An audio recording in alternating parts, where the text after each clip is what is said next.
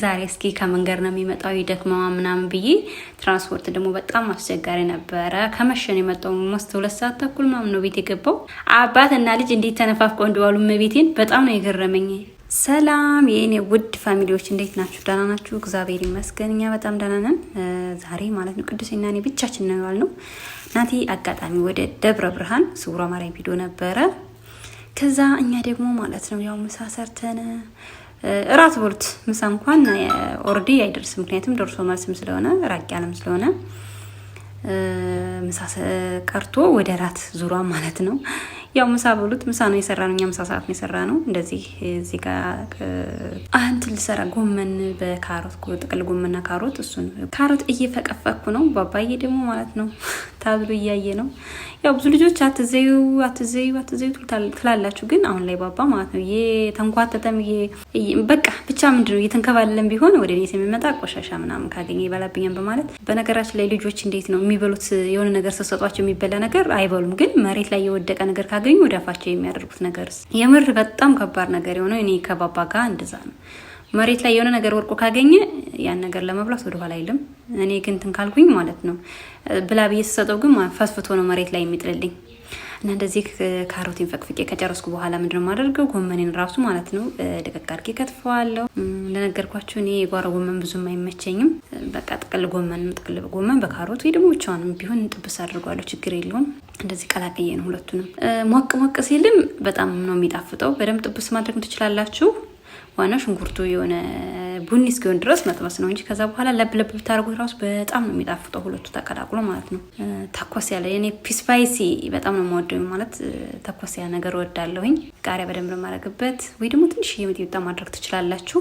እና ባባዬና እኔ ተዛዝለን ማለት ነው ግጥም አድርጌ ያዝየው ቤት ልውጣ እያለ ነበር እጁ። እኔ ደግሞ እዚህ ጋር ጎመን እየከተፍኩ ነው። እንደምታዩት ጥቅል ጎመን እየተከተፈ ነው። ካሮቱን ፈቅፍቄ ከጨረስኩ በኋላ ድንች ወጥ ምሳ ሰርተናል። ያው ቀድመን የሰራውን ድንች ወጡን ግን ደግሞ ከዚህ ጋር ደግሞ አልጫውን ወደ ማታ አካባቢ ነው የሰራሁት። ምሳ ረጅም ሰዓት ቆይተናን ባባና እኔ ስንጫወት ምናምን ከቆየን በኋላ ነው ወደ ማታ ላይ ወጣ ብለን ወካ አድርገን ስንመጣ ጎመን ገዝተን የመጣ ነው። ካሮት ምናምን እንኳን በፊትም ነበረ ቤት እና ይሄው ባባዬ እጁን ሲያወጣ እንካ ተብሎ ቢሰጠው ቀሻግሮ የሚያየው በመስኮት ስለሚታይ በመስኮቱ ብዙ ነገሮች ይታያሉና በመስኮት ብዙ ነገሮችን እያየ ነበር። ከዛ ካሮቷን ደግሞ እንዴት ምንድነሽ እያለ ነው መሰል፣ ምንድናት ይቺ ነገር እያለ ነው መሰል፣ እንዴት እንደሚያዩት የሆነ ነገር ሰጥቼው ምንም ዳቦም ይሁን ምንም ይሁን ማለት ነው እንጀራም ይሁን ወደ አፉ ያደርግም ምንድነው በቃ ያስተውለዋን። ከዛ በኋላ ፈትፍቶ ነው የሚጥለው። አሁን ይሄ ያልፈተፈተው ብሎ ነው ታውቃላችሁ፣ ደረቅ ስለሆነ። ከዛ በኋላ ሁሉን ነገር ከታትፌ ምናምን ድስቴ ውስጥ ከጨመርኩ በኋላ ቃሪያ ደግሞ ይኸው በርበሬ እስኪመስል ድረስ ባለው ቃሪያው ማለት ነው እንትን ነበር። እኔ በጣም ነው የሚያቃጥል ነገር የምወደው። ልጅም በእኔ ወጥቶ መሰለኝ የሚያቃጥል ምግብ ላይ ነው የሚሻለው ነው የሚቀምሳት ነገር። ምንም ሽሮ ብትሆን እሷ ራሱ ተኮስ ካላለች እሺ አይለውም። እና የሚያቃጥል ነገር እኔ በጣም ነው የምወደው። ናቲንም ማስለምጀዋለሁ የሚያቃጥል ነገር ምናምን። ስለዚህ ከዛ በኋላ ቃሪያው ምናምን እንዳያቃጥልብኝ ልጄን ታጠብኩኝ።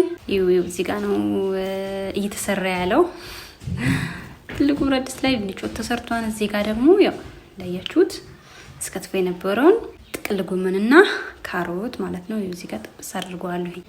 ሽንኩርቴ ቡኒ እስኪሆን ድረስ ማለት ነው። ይሄ ስቶቭ የሚጠቅመው ነገር ቅንስ አድርጋችሁ የሆነ ነገር ለማብሰል በጣም አሪፍ ነው። ቶሎ ወይም ደግሞ ፍጥነት እንትን ልል ስል ያገር ውስጡ ነው እንትን ምለው ነው ብዙ ጊዜ። ይሄኛው ግን ቀስ ብዬ ለመስራት ምናምን ልክ እንደ በከሰል እንደተሰራ ማለት ነው። በጣም ነው ምግብ የሚያጣፍጥ ይሄኛው ቀንስ ብሎ ስለሚሰራ ልብልብ አይልም። ባባዬ ደግሞ ይኸውልሽ ወልክ ማለት ነው ጫፍ ላይ ደርሷል በፈጣሪ ስም። ከዛ በኋላ ናቲ ስለሚመጣ ምን አደረግን መሰላችሁ? ቤታችንን ፏፏ አደረግን። እንዲህ ናቲ ምጥት አለልን ነው ፏፏ አድርገን ፈራርሸን ነበር። አባትና ልጅ እንዴት ተነፋፍቀው እንደዋሉ ይሄ አሽቃባጭ እኔ መከራዬን እያየው እንዴት እንዳሽቃበጠለት። ልክ በሩ ሲንኳኳ ገና ጩኸቱን አልጀመረም። ከዛ ደስ ብሎት ምናምን ልነግራችኋችሁም እንዴት ተደሰተ። ይው ይሳቀላል። ለመጀመሪያ ጊዜ ከሰሌን አከታተዬ ምናምን በቃ ሲኒ እንደርድሬ ፋርግ የጠበቅኩት ዛሬ ነው። ደስ ያለኝ ቀን ነው። እኔ እንደዚህ የማደርገው እንጂ ብዙ ጊዜ ማና አንድ ሲኒ በቃ ይዣት እመጣለሁ አንጠልጥያት። ያው ጣኑ ምናምን ደስ የሚል ሞቅ ደመቅ አድርገም ነበር። ዝናብም ጥሎ ነበር። ያው ክረምት አይደለም አዲስ አበባ ላይ ብቻ ነው ክረምት ያለው ይመስለኛል። ሌላ ቦታ ብዙም አይደለም። ከዛ በቃ ያያችኋት ፋርጊ የጭሱ እንዴት እንደሚጥም ጭሱ ልነግራችሁ አልችልም። ጣኑ ማርያምን ከሁሉ ነው እንደ ምናምን ያመጣሽው ምናምን ይሉኛል አንዳንድ ጓደኞች። ግን እዚሁ ነው የገዛሁት። በጣም የሚጥም እንትን ነበረ፣ እጣን ነበረ። እሱን ራሱ ጨስ አደረኩኝ። ከዛ በኋላ ቡናውን ግን ማለት ነው እንትን ብዬ ነበር ቆለቼ ፈጨቼ ነበር። ሰዓቱ ሲሄድብኝ ከሳሉም እያለቀብኝ ሲጨምር ሲያልቅ ከዛ ቡናዬን ቆለቼ ፈጨቼ ምናምን ጠበቅኩት። ከዛ በኋላ ውሃይን ጨምሬ ልክ ቡናው እስኪንተከተክልኝ ድረስ ምንድነው በደንብ ዛሬ ማለት ነው አስቢበት ነው ቡና ላፈላለት ያሰብኩት። ማለት ከቻልሽ ምን ላደርግ ምናምን ማለት ከቻልሽ ቆንጆ ቡና ፍልሽሽ ብትጠብቂ ምናምን ብሎኝ ነበረ። ናቲ ከምግብ በላይ ቡና በጣም ነው የሚወደውና አስቤበት ስለነበር ቡናው በደንብ እስኪተከተክ ድረስ እኛ ደግሞ እራታችንን ምናምን አቀራረብ ይሁ ባባዬ ምን እንደሚሰራ እያያችሁ ነው። ይሁት በቃ ያባቱ ፍቅር አለቀ። ከዛ ምንድን ነው ያደረገው? ወንበር መሸከም ጀመረ።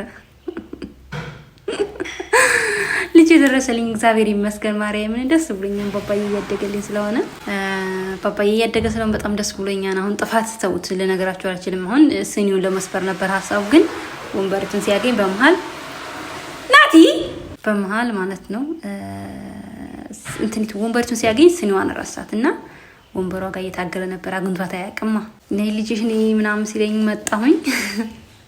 ከዛ ለቀቅ ከባድ ነው የእውነት። ማን የሆነ ቦታም ስንሄድ እንደዚህ ባባዬ የሆነ ነገር ከያዘ መልቀቂያ የለውም። በቀደም ማን የሆነ ቦታ ሄደን ነበር።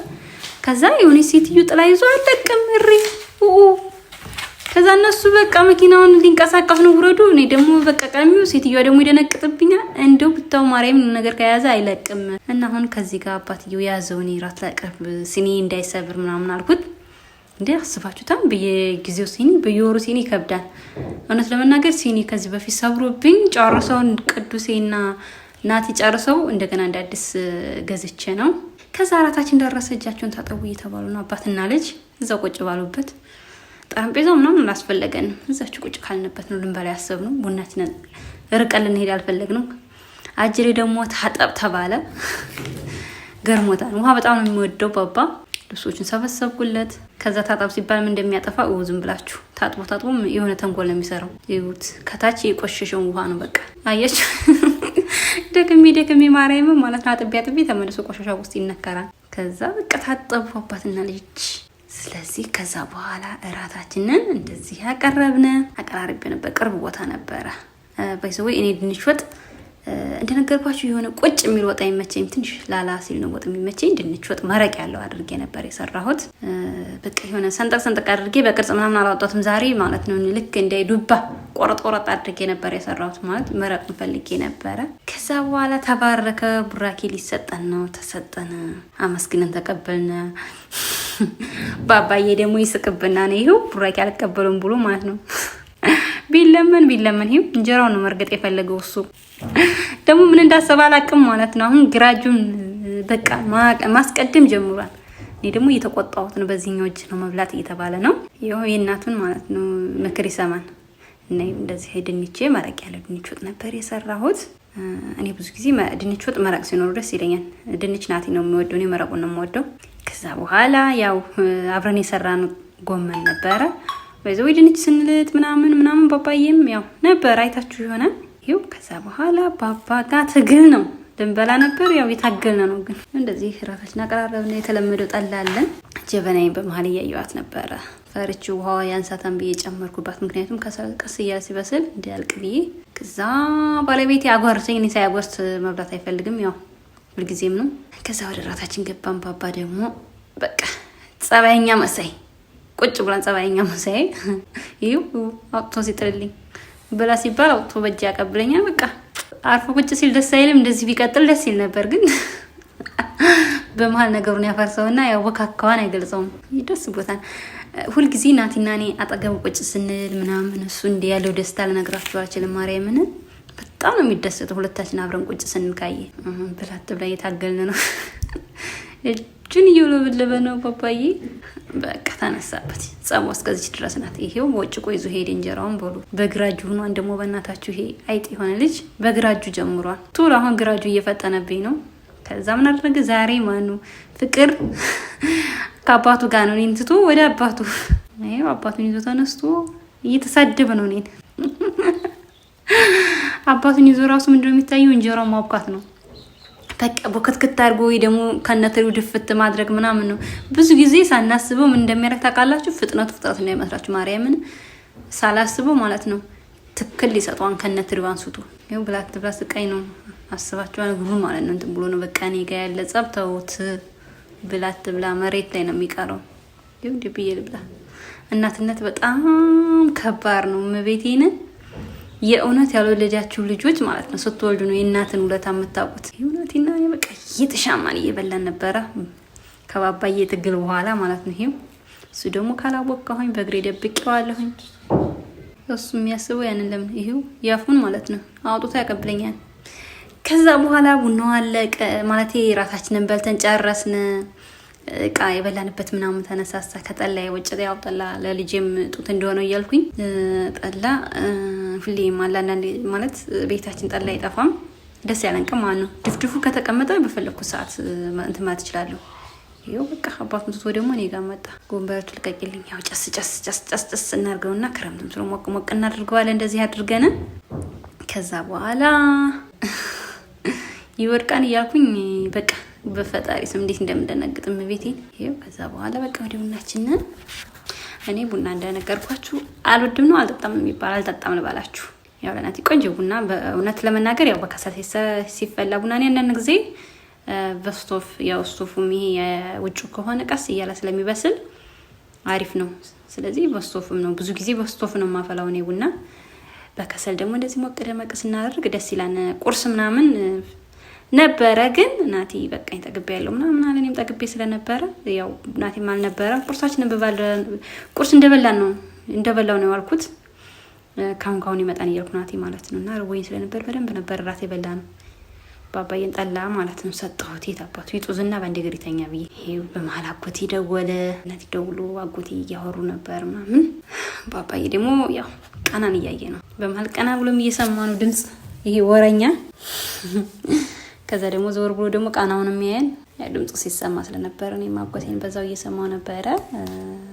ለማንኛውም ውላችን ምሽታችንም እንደዚህ ይመስል ነበር። ያው ውላችን ከቅዱሴ ጋር ስንታገል ዋልና ከዛ ምሽት ደግሞ ከሁለት ሰዓት ተኩል በኋላ እስከ 4 ሰዓት እስከ 5 ሰዓት እስከ 6 እስከ 7 እስከ 8 ስለምናመሽበት ጊዜ ስላለ እንትን እንላለን። ይሄ አጎቴ እሷንም ላግኛት ምናምን አለ። ከዛ በኋላ ማውራት ጀመርና አጎቴ ጋር ግን በመሀል ቡናችን እንዳቀሰቅስ ደግሞ ያው ትቀዳለች ማለት ነው።